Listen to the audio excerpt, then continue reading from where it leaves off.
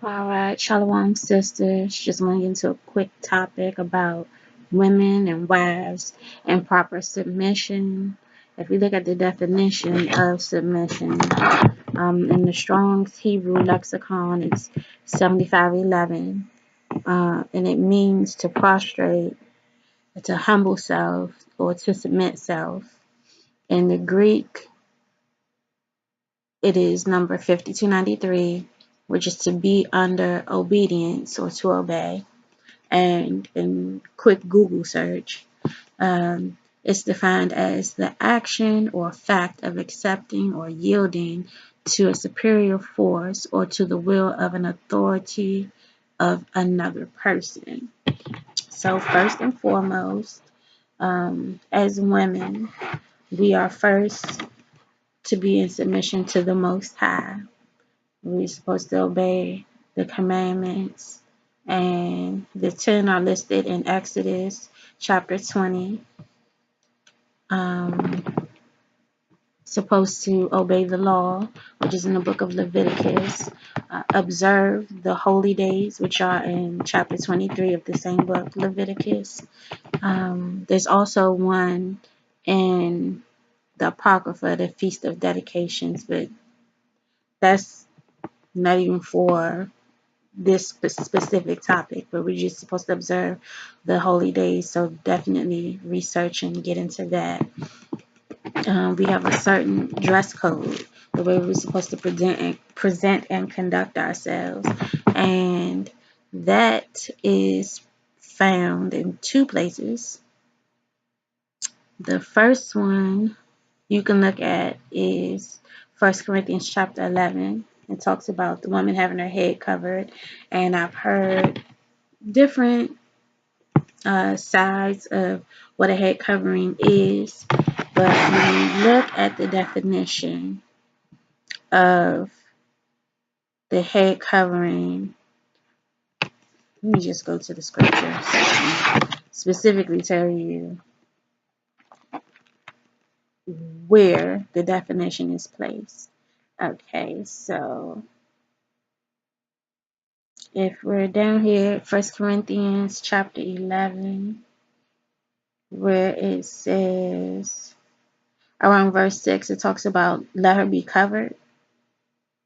And then in verse 13, 1 Corinthians 11:13, it says, judging yourselves, is it comely that a woman pray unto the Most High uncovered? Doth not nature itself teach you that if a man have long hair, it is a shame unto him, but if a woman have long hair, it is a glory to her, for her hair is given to her for a covering. Now, those two words are not the same. Earlier in the chapter where it says it's a shame for the woman not to have her head covered, is as if she was shaven. When you look at that definition, in the Greek, it is Greek number 2619, which is to veil, to cover, to hide. Now, your hair is not hiding anything.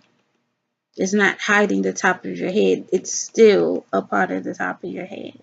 So the covering is an actual physical covering to hide your head. My head is hidden. Now, in verse, what is it? Verse 15. I'm sorry, I don't have my glasses on, and the words in my Bible are small, so I'm squinting. My apologies. But in verse 15, it says that the hair is given as a covering. That is Greek number 4018, which goes back to 4016, and it says something thrown around, put on, a covering, something like to be clothed in. So that's what that hair is. But when it says let her be covered, it's talking about a physical covering. Just wanted to get that out of the way. So we do know that that is a part of how we're supposed to present ourselves. And it also in the scripture tells us to have on modest apparel.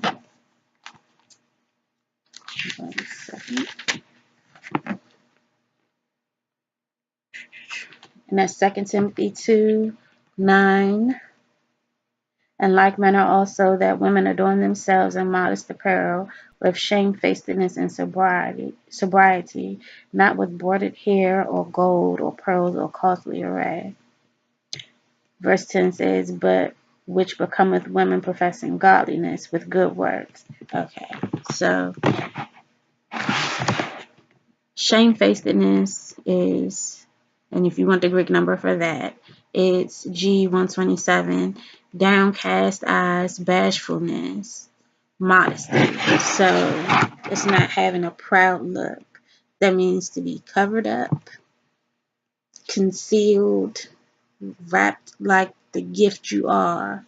So we have a way that we submit to the Most High, and it's listed in the Word. Also, if you're unmarried, you are still under submission of your father, under his house. And, if your dad's not there, you have an elder in your congregation or wherever you fellowship that you should be under submission to, that you should learn from. And also, elder sisters you can seek out to learn from and things like that. But as far as headship goes, that's how that goes for women in general. And then we have submission of wives. And that's found also in 1 Corinthians. You can go to chapter 7 and read up on that. Yeah, 1 Corinthians 7. You have 1 Peter 3:17. And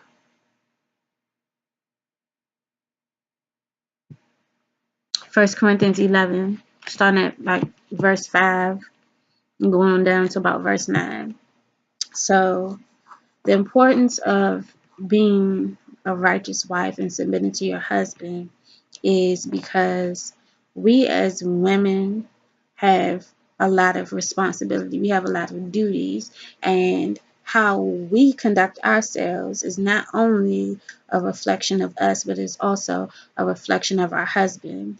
Even in Proverbs 31, it talks about how, the woman does her business in the gates of the city, and her husband has a great reputation, because when they see, a woman conducting herself in righteousness, they know, or they can take on the knowledge that her husband is leading that house righteously. Now, if there was a situation where there was some type of offness, and the husband was not being effective in his leadership role, we go back to 1, which is we are submitted to the Most High first. So we're still required to do what the Most High said we're supposed to do.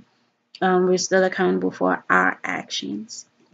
So just because somebody else is slacking does not mean we're supposed to slack. It actually says a sanctified wife can sanctify the husband. So above all things, we should be found blameless in what we do. We should be submissive or submitted to the Most High and His Word and what is required of us as women and as wives. So I want to go into the mindset of a submissive woman, and just wanted to cover one thing before I went into that, and it's this. There's a debate going on, and I'm not debating. I'm sorry. I don't know why my nose is so itchy. There's a debate out there in the world going on about whether or not, if your husband is leading you into something that is, against the Most High's commandments, and he's trying to lead you into lawlessness, do you follow him? And you have a split sides. Like, one side says you submit unto your husband and the Most High will deal with him if he is in error, but you submit unto him as unto the Most High. That scripture, and it brought up a great discussion for me and my husband, but that scripture, if you look at it, first of all, it's for people in the truth. And it says, that the wife should love the husband. No, the wives respect the husband, but the husband love the wives as Yeshua, the Christ, loves the church. That is in complete righteousness. And then we got precepts. 1 Corinthians 10:13. Okay. You got James 4:17. If you know to do, you know what to do right, and you don't do it, it is a sin. So you have precepts that say you have to do what is righteous. So I'm not going to suggest to anyone that they follow their mate into sin or anything like that. What I suggest you do is pray. Pray and give that situation over to the Most High. Serve Him to the best of your abilities as much as possible. Live peaceably with your spouse. But again, 1 Corinthians 10:13 tells you, the Most High will not suffer you to be tempted above that which you are able, but will with the temptation make a way of escape that you may be able to bear it. So it is imperative that we put the Most High first as women, because that also builds up the strength for our spouses. You walking in your righteous walk and being obedient to the Most High can change the actions of your husband. You'll affect your atmosphere, and those righteous things will be manifested, but you first have to be obedient. All right. We can go into the mindset of the submitted woman. One of the things I always liked to focus on, even like early on, back when I was in Christianity, was Philippians 4, verses 4 through 9. Beautiful things to think on. There's focal points there. It also can help bring it around full circle, so that if there is anything distracting or negative going on, you have actual scriptures that you can focus on, that you can live out and still maintain your obedience and take joy in doing that. I think that's one of the most important things that a lot of people fail to focus on. We're living for the Most High, so we should take joy in submission. We should take joy in all that we do, because we should do it as unto the Most High. So, while you're doing your wifely duties, whether it's cleaning up a messy, destroyed house, or, after an event, something like that, or having to cook for a feast, holy day, feast, or whatever it is, take joy in those things. Find excitement in those things, that you get to live out your purpose in righteousness. Even if it's cooking dinner or having, dinner ready, just being a pillar of peace for your husband. Take joy in those things, because that's what you were designed for. What we have to remember is that we were created for them, not them for us. And I find beauty in that, because we were designed with a special purpose. We have guidelines of our own. We're not just, in the shadows. We're also supposed to teach younger women. That's in Titus 2, verse 3 through 5.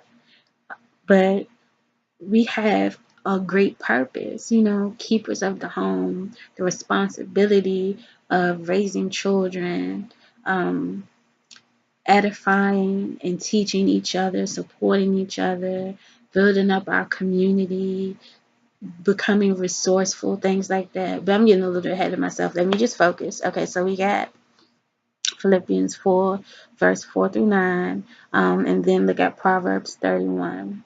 Who can find a virtuous woman? All right.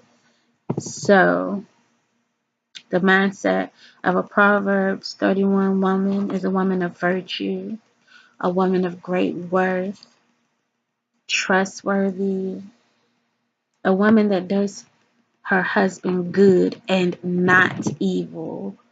all the days of her life. So this is not just most of the time, 90% of the time, but we should be striving for 100% straight across the board to always do good to him. Hardworking, a woman who starts her day early to take care of the house and the business of the house. A woman of order, organization, who has her priorities in order. The Proverbs 31 woman is a woman capable of making wise investments and decisions. And see, these are all things we can use to foster ourselves and grow ourselves. If you're not sure how to go about something, work on it in your you time. You call it your me time, your you time. Work on those things. Wake up early and pray. Get the affairs of the day in order. Some people use to-do lists or agendas, calendars, etc. I'll use a to-do list if I feel like it's a lot coming up and I'm overwhelmed, but I usually reserve that for the grocery store so I can stay focused and not spend 5 hours in there. But whatever you need to get yourself organized, do that. And then, if you want to look into how to make wise investment decisions, like what all that entails, do that. Let me see, where we at? And wise decisions. So you may need to seek counsel, godly counsel, spiritual counsel on making wise decisions and growing yourself in wisdom. Let's see. A woman who can grow things and bring increase. I'm talked about planting a vineyard. So gardening is something you can consider. And it's not something that is a mandate, but all of these things aid in the longevity of marriage. But I'll save that for the next lesson. Is it the next?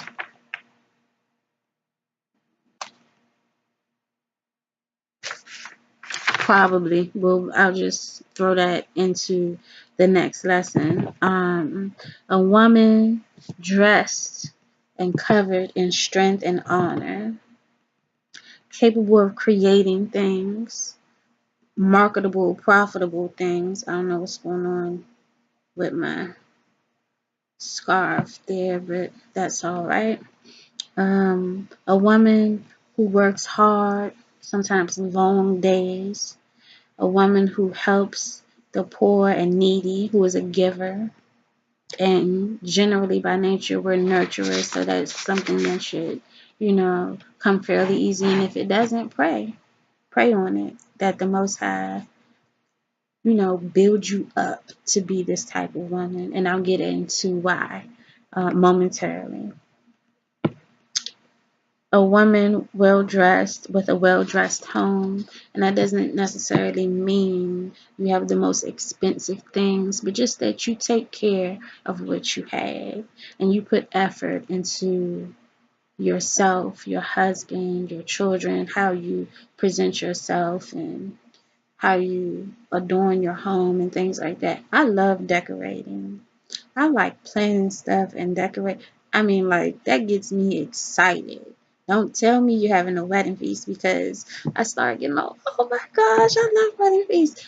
All over Facebook. It's just ridiculous. I'm posting links and 50,000 comments and all this stuff. But back to the subject. That's something that you want to take pride in, not boastfulness, but take pleasure in and enjoy and do well. Her husband is known in the gates, and that's what I was talking about. You are an extension of your husband's reputation. She's a woman with a profitable skill set. Now, profitable can be translated into money. It also can be translated into wealth. Now, when I say wealth, that's something more than money, something that can actually create a legacy or an inheritance. And in this particular instance, a profitable skill set is being able to instruct somebody in righteousness. So you study and you can, take some sisters and start a prayer group and a study group. That's profitable skill set, because what you're doing is you're setting the course for women of various generations. They can be younger than you, they can be peers, they may even be a little older and just new into the truth, and it's going to profit us as a whole, as the body. So that's definitely important to have something profitable. Be working and fostering something profitable, a profitable skill set. You may be, the best seamstress out there. I mean, your garments are top notch and your fringes are just on point. Use that, utilize that. Don't just present yourself and your family well dressed, but that's something that you can market to others in the faith, because that's not everybody's gifting. I'm all right with it, but I'm not about to make a whole fashion line, so I'll stay in my lane and operate in my gifting. Strengthen all verse 25 of Proverbs 31, and it says, strength and honor are in her clothing, and she shall rejoice in the time to come. She speaks wisdom and kindness. She takes care to run her household well and is not idle. So there's always something you could be doing. Always something, even if it's just, improving the elements of your home, or making it more comfortable, suitable, researching, different things you can do to aid your husband and coming home relaxed. Maybe candle scents, or making some type of oils. I don't know if you burn oils or not, but you can have them fumigating the home and stuff just to make it pleasant. Those are just like little things, like little minute suggestions. People have tons of interests. You may not be, you can, use your time caring for, helping other sisters. You might have like a babysitting service or something like that if you're a stay-at-home mom and want to help sisters out, or, give to the needy, to the homeless, link up with the shelters, or start your own thing. That's always something that can be done, of course, with the permission of your head. Just things, suggestions to eliminate the idleness. You can become a master chef and whip up all types of extravagant meals in the kitchen. Just something. Don't be idle. Don't be still. Don't do nothing. Her children and husband speak her praises, and it has to be something there to commend. So that goes back to submission. Just being submissive to the Most High. And I'm not saying just like it's a lowly thing, but in doing that, that is something praiseworthy, because it's not like it's the norm anymore, and it's not like it's something to just scoff at, or just say, oh well, she's just being righteous. That is a major accomplishment. Okay, that's pretty much what we were created for, so always take pleasure in doing that. This is why I was going on about why it's important to do these things, because the scripture goes on to talk about how many daughters have done virtuously. but thou excellest them all. So this is putting you on a different level. And I'm not saying that in competition or, in comparison, anything like that. But spiritually, you're able to give more when you have more to give. So you can give out of your abundance. So if you excel basic virtue by applying these scriptures to your life, by living them out, then you're excelling the bare minimum and going into being able to bring somebody else up.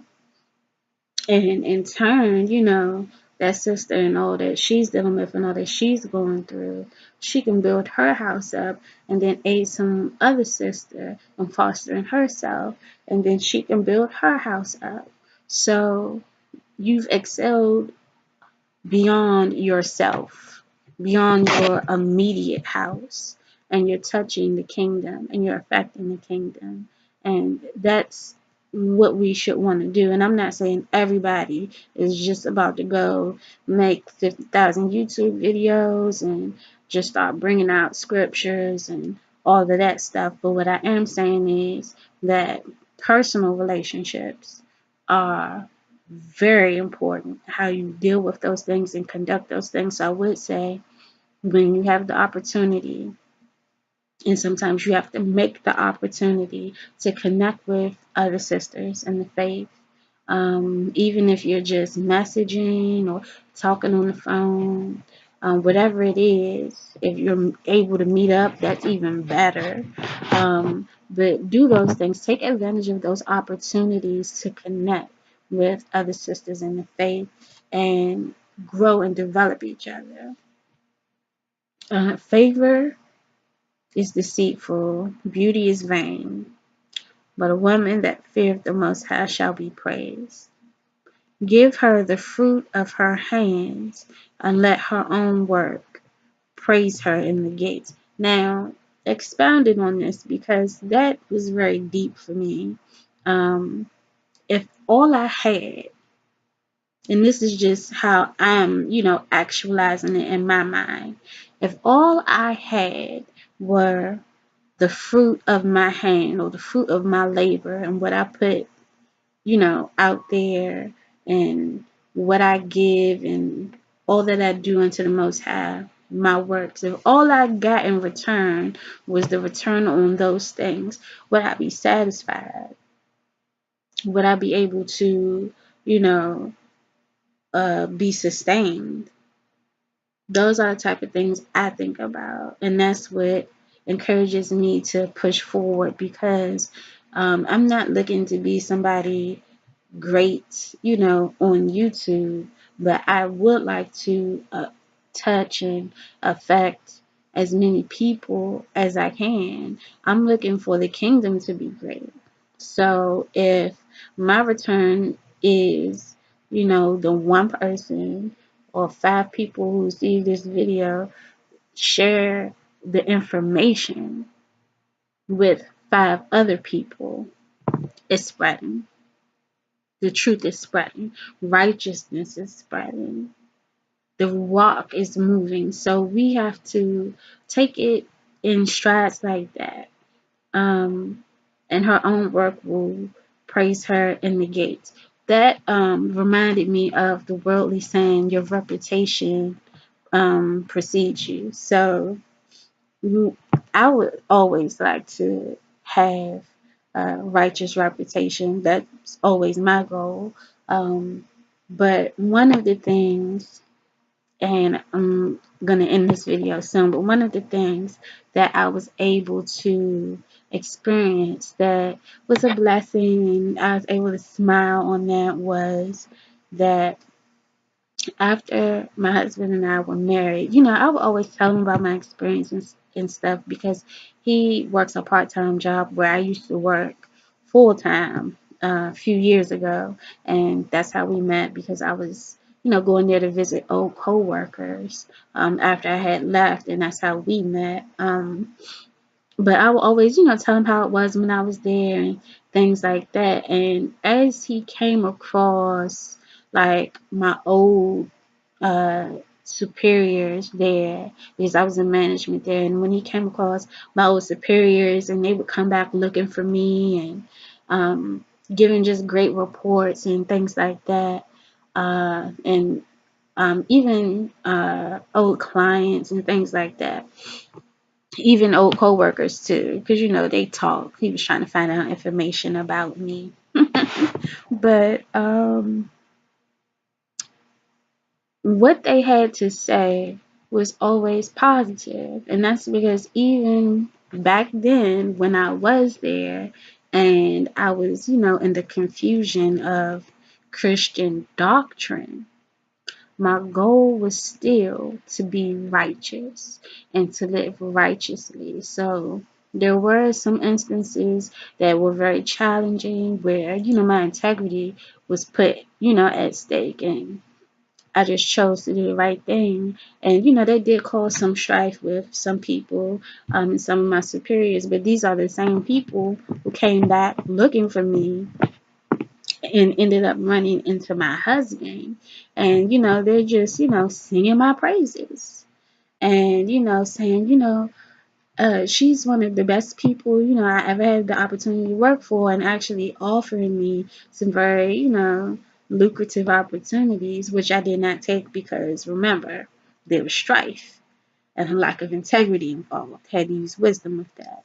But they know, just like Laban did with Jacob, when the Most High is with you, there are blessings there. And some people want to take advantage of that. I feel myself going off on another topic, so I'm going to end this video. But I just want everybody to be encouraged. Um, walk in your submission. You're working out your salvation with fear and trembling. But we want to perfect ourselves daily. The word tells us to be perfect as our Father, which is in heaven, is perfect. So we want to work on perfecting ourselves daily and being submissive properly according to the scripture. As always, if there are any questions, put them in the comment section. We'll get to them. The next thing, the next video topic we'll talk about is effectively operating in your role as a wife, and I'll go more into why it's important to foster the things, these profitable things and skill sets in marriage, the benefits of doing that, why it is profitable to be profitable. All right, until the next video, may Most High bless and keep your house. Shalom.